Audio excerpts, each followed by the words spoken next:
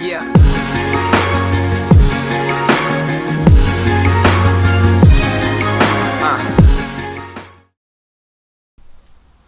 Alright lads, so today we're going to be having a go of hydro dipping. Now this is not something that I've ever done. I have done quite a bit of research online, I've watched some videos, I've read some forums, and I think I've kind of got the gist of it. So I do want to have a go of this myself. The video today is kind of going to be a how-to of, you know, if you are wanting to do this yourself, this is what you need to start with, and this is kind of the basic principles of what you need to do. So I'm going to be doing my engine bay parts. I want to do my battery cover, fuse cover, you know, that kind of thing. But I want to practice first before I let myself loose on the car. This is pretty much all you need to hydro dip. So if you're going to be painting something plastic, you need your plastic primer. You're then going to need your colour. So I was originally going to do everything black with a white hydro dip, but I found a film that I preferred that was black. So I'm going to go for the white underneath with the black hydro dip. Now that's frozen white, so that's the paint that's actually on my car. So I thought that was quite a good idea to use the base colour of the car with the black hydro dip over the top of it. You're then going to need your activator. So that is your hydro dipping activator, and then you're going to need your lacquer. So for your preparation, you're going to need something to sort of roughen the surface up before you start painting it. So I like to use Scotch-Brite, you can use sandpaper, whatever you feel more comfortable with. You're going to need some masking tape, you'll see why later. You're going to need a knife with a good blade, so I would definitely recommend a brand new blade, which is what's in here. You're going to need your actual hydro dipping film itself in the pattern or design that you want. You're going to need some kind of rubber mat to cut on. I'm just using a floor mat, put upside down on the smooth side. And finally, you're going to need some kind of tub to actually do your hydro dipping in. My practice item of choice is an old foam cover that I found in a drawer upstairs. So the first thing I need to do is I need to give this a going over with the Scotch-Brite, lay some primer down, and then lay some base coat on top, and then we can get to the hydro dipping.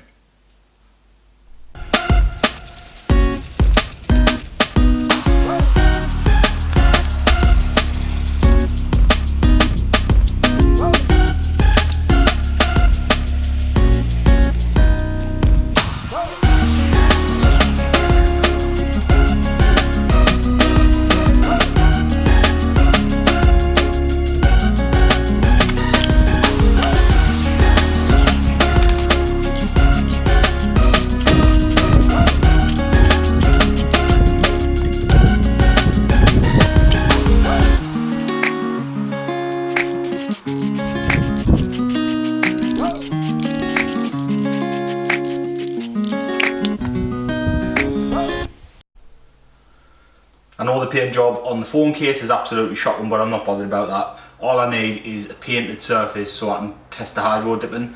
So the paint on the car part will be a lot better than that. That was just a quick blast over, just so we can test it out. Right, the next thing we need to do is cut the film to size. So let's get this open.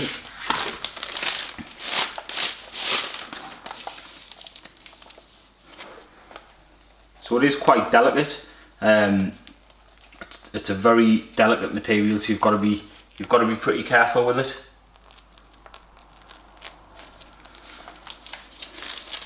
So what you want to do is get your first piece cut. I'm going to use my phone as a template.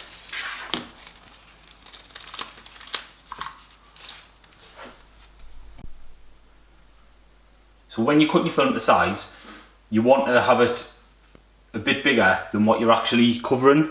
So we're going to use my phone as an example. Now my phone is actually bigger than the phone case. So if I cut this to that size, that's going to be absolutely perfect for what we're going to be hydro dipping. Now you don't want it too big, because the film actually expands in the water, which you'll see. Just put this away. So with your hydro dipping film as well, when you're not using it, you need to keep it in the plastic. You need to keep it as protected as possible in kind of a warm environment. I wouldn't advise keeping it in garages or in your car or anything like that, because any sort of moisture will completely ruin that.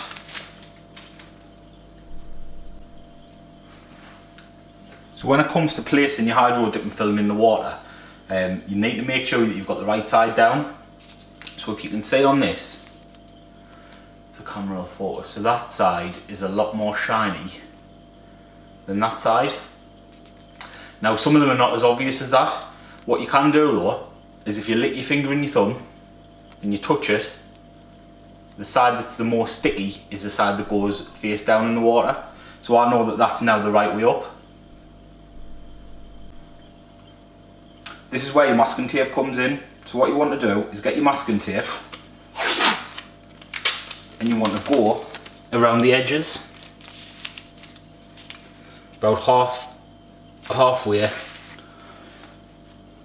you want to put masking tape all the way around the edge. Once you've done that, you want to take your knife and you want to cut it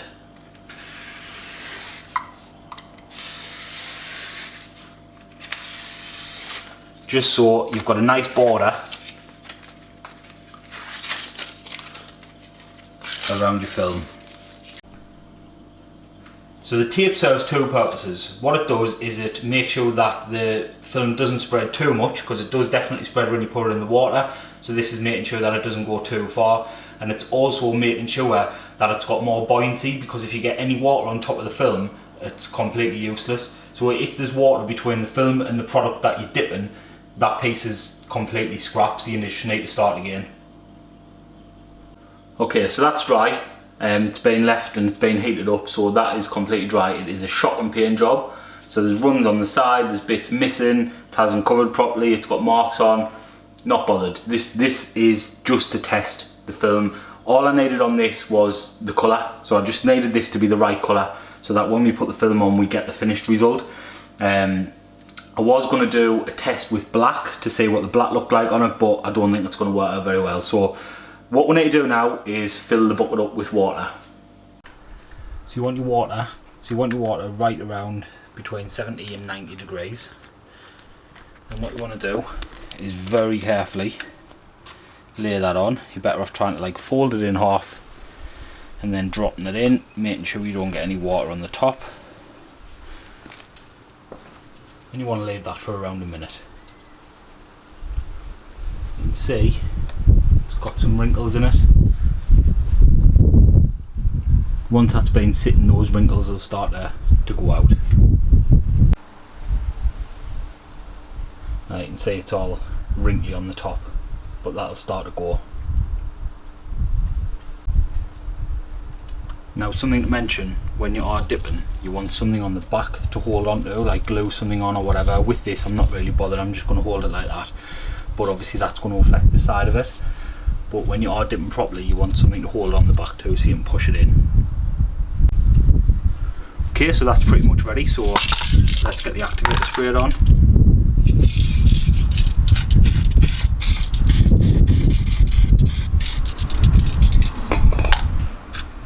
Once your activator's on, get your item. You want to go in on an angle.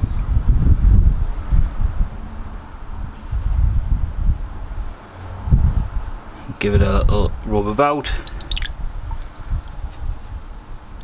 And there we go. For a first attempt, I'm absolutely over the moon with how that's turned out. That looks really good. So the next step is really important. So what you need to do, it's got kind of like a slimy texture to it and it's quite glossy. So what you need to do is wash that off. So you need to give that a wash under sort of like a, not a hot water but not a cold water.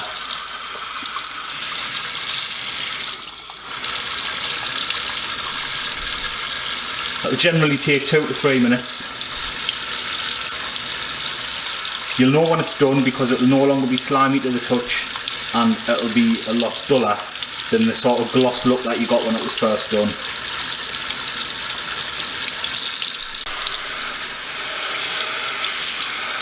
Okay, so that's had a couple of minutes and it's kind of lost that slimy feel about it. Feels a bit rougher now.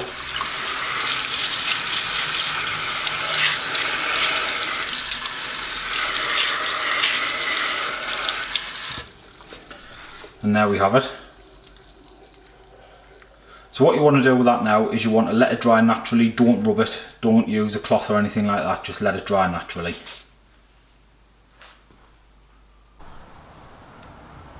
Now that that's fully dry, you can see some of the imperfections from the paint have carried through.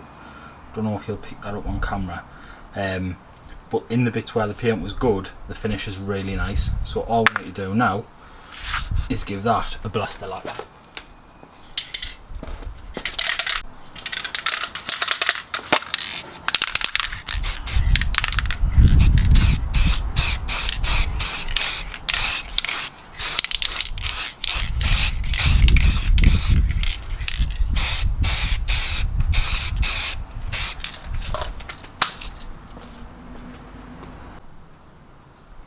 That has now had 2 coats of lacquer, and I think the finish, considering how bad the paint work was underneath, has turned out really nice.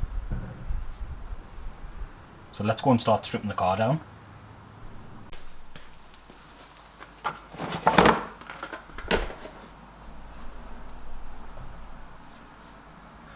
So these are all the car parts that I'm going to do. So we've got fuse box cover, the inlet, the airbox cover and the battery cover. Now I did want to do this, which is the front trim, but I haven't got anything big enough to put it in. The only thing that it would fit in would be the bath, and I quite like being married, so I don't think I'm going to do it in the bath. So I'm going to have a good think about what I could actually put it in. But the first thing I need to do is give these a really good clean. Right, so these have all been cleaned and prepped ready for paint. As you can see, I'm painting these in the garage to try and reduce the risk of any contaminants. You're never going to get rid of that, but you know, you can try your best. So I've also put the rubber mats down underneath just in case any dust flies up. So let's hit these with the first coat of primer.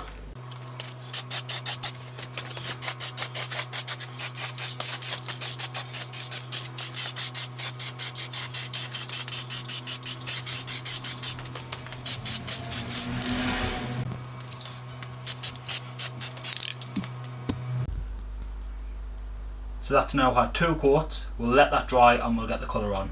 I'm not a painter, by the way, so I might not be painting correctly, or I might not be doing it the way you would do it, but you know, I'm an amateur. Sorry about the noise, the relay and the road marking right outside my house. So let's get the first coat of colour on, as this is now dry.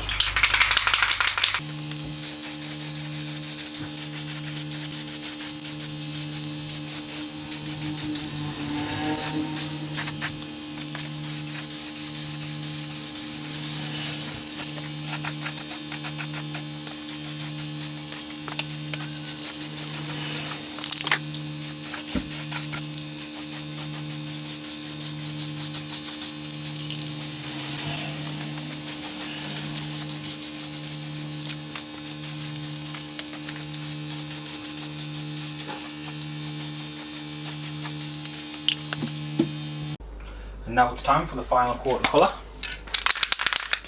I hope.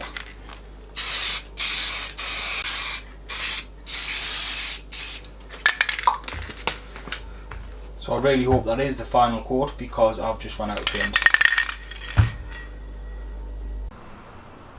So I've got everything out here drying in the sun, and on the most part looks alright. There has been a little contamination in the paint, if you can see it around here, but I suppose it's just one of those things. Luckily it's not going to be a painted finish, so the hydro dipping should hopefully cover that. You do have a certain window, all paints are different on how long you get, so I'm not going to mention the timings between painting and dipping. You need to check with your paint because they're all different. So I've got this piece cut. Now something to remember is you need to make sure that your graphic is pointing the right way. So I know that this is the front of the inlet, so I need to dip it like that. So let's give it a go. First car part, wish us luck.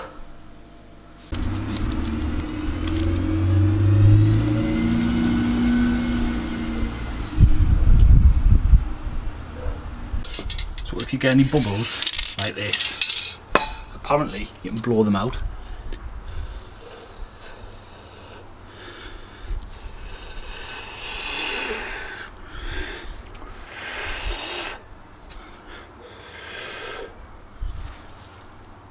Seem to work. Okay, that looks like about ready for the application.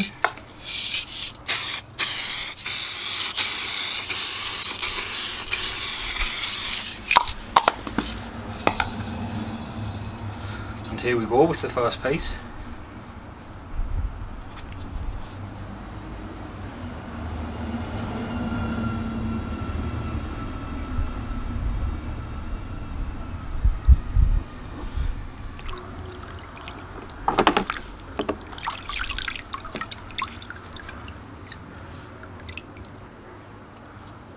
Wow. Oh, and that's why you need gloves.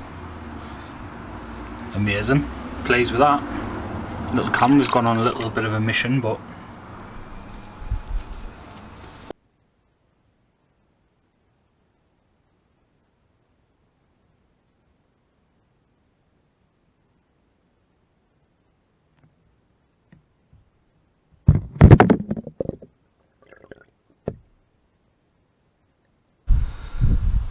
there we have our first piece complete. Now I did completely ignore my own advice. So there are my finger marks off where I was holding it, because I didn't put anything on to grip it. The other pieces have actually got pieces inside you can get hold of, but obviously it still needs to be lacquered or clear coated, whatever you want to call it. But that has turned out amazing. Really pleased with that. So I did have an issue that the tub I was using was not big enough to get the last two pieces in. So I'm currently in a bathroom, which is not my bathroom, just in case my wife's watching. It's just a bathroom that looks like ours. I'm going to get these last two bits done and then start looking for somewhere else to live.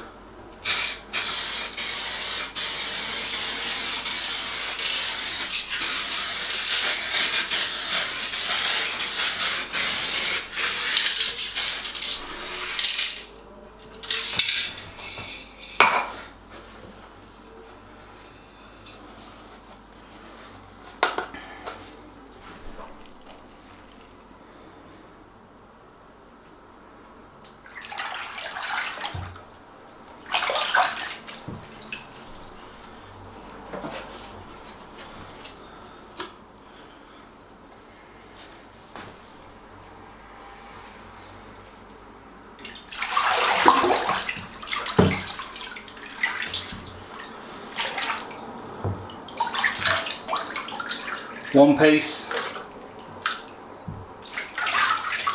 two pieces, bloody lovely.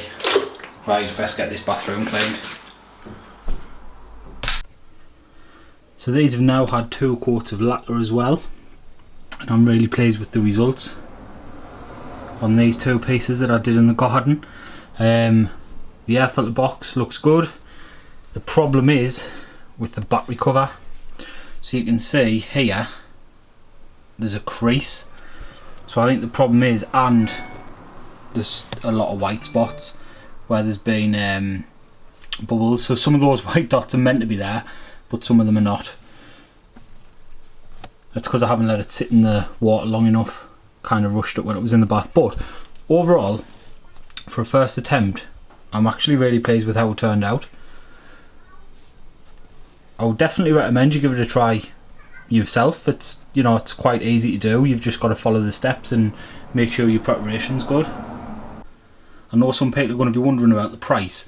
So the cost of everything, including the film, the applicator, all the paints, everything like that, it was about 40 quid, 40 English pounds, so it's not that bad really. And I've got enough stuff to, you know, do more and do the front panel when I get somewhere big enough to do it. I might do it in the bath, who knows. And that's pretty much it, lads. So I am definitely going to have to do that battery cover again. So after watching the footage back, I realised it was nothing to do with how long it had been sitting in the water. It's because the water was moving, and because I'd done that other piece, I tried to do 2 in one go. not a good idea, so definitely don't do that. There was a couple of bubbles in it in some of the bits, you know. It's not 100% perfect, but it was a first time attempt, so I am pleased with how it's turned out. It's all back on the car. Like I say, I'll be doing a couple of the bits again because I want to do that front panel anyway, so I will be definitely redoing the battery cover. But overall, definitely give it a go. If you've got any questions, any comments, leave them down below. If you enjoyed the video, give it a thumbs up, and if you haven't already, subscribe to the channel. Thanks for watching, and I'll see you in the next one.